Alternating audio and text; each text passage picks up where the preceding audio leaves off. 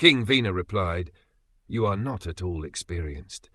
It is very much regrettable that you are maintaining something which is not religious and are accepting it as religious. Indeed, I think you are giving up your real husband, who maintains you, and are searching after some paramour to worship."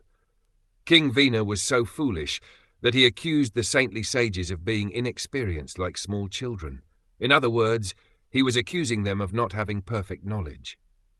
In this way, he could reject their advice and make accusations against them, comparing them to a woman who does not care for her husband who maintains her but goes to satisfy a paramour who does not maintain her.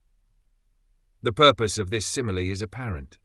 It is the duty of the Kshatriyas to engage the Brahmins in different types of religious activities, and the king is supposed to be the maintainer of the Brahmans. If the Brahmins do not worship the king but instead go to the demigods, they are as polluted as unchaste women.